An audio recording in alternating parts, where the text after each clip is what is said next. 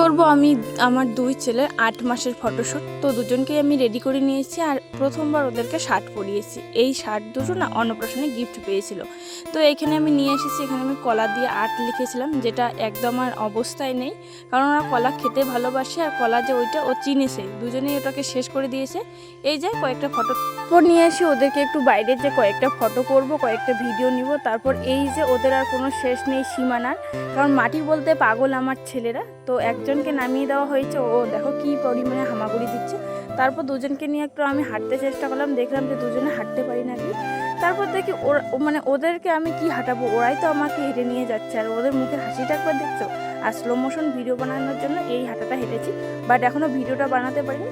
আর শেষ পর্যন্ত দেখো আমার ছেলেকে কি সুন্দর করে এসে পড়ছি, ও কোনো রকম ভয় পাচ্ছে না, কারণ ওকে সবসময় আমি এরকম করেই থাকি।